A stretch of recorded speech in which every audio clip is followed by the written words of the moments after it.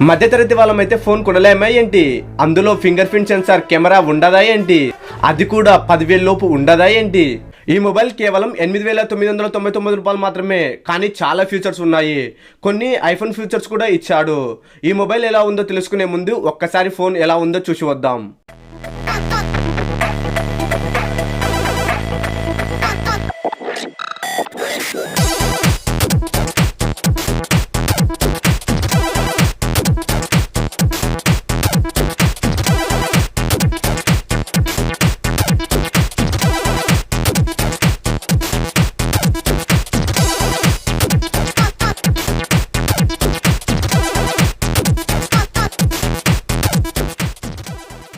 Mobile వచ్చేసరికి Infinix smart 8. ఇది అమెజాన్లో కానీ ఫ్లిప్కార్ట్లో కానీ అవైలబుల్గా ఉంది.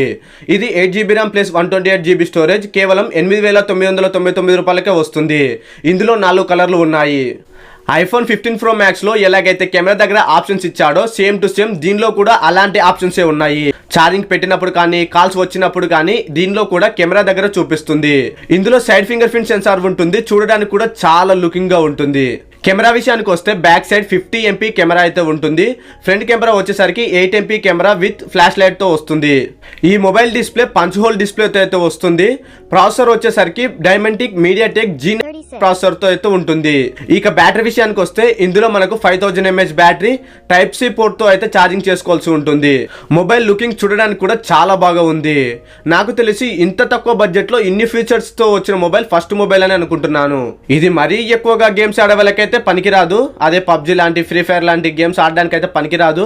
కానీ నార్మల్ గా చిన్న చిన్న గేమ్స్ ని అయితే సపోర్ట్ చేస్తుంది. నార్మల్ గా మనకి ఇంట్లో యూస్ చేయడానికి అయితే పర్లేదు, బానే ఉంటుంది మొబైల్. మొబైల్ బాక్స్ లో ఒక phone, adapter, type C cable, sim తీయడానికి ఒక పిన్, ఆ ఫోన్ ఎలా పనిచేస్తుందో చదువుకోవడానికి ఒక బుక్, వారంటీ కార్డులు అయితే ఉంటాయి. మనకు వారంటీ వచ్చేసరికి 1 year warranty, 6 months accessories warranty అయితే ఉంటుంది.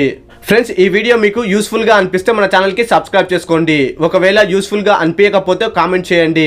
మీరు కామెంట్ చేయడం వల్ల నేను ఇంకా ఇంప్రూవ్ చేసుకోవడానికి ట్రై చేస్తాను. వీడియో నచ్చితే మాత్రం ఒక్క లైక్ చేయండి.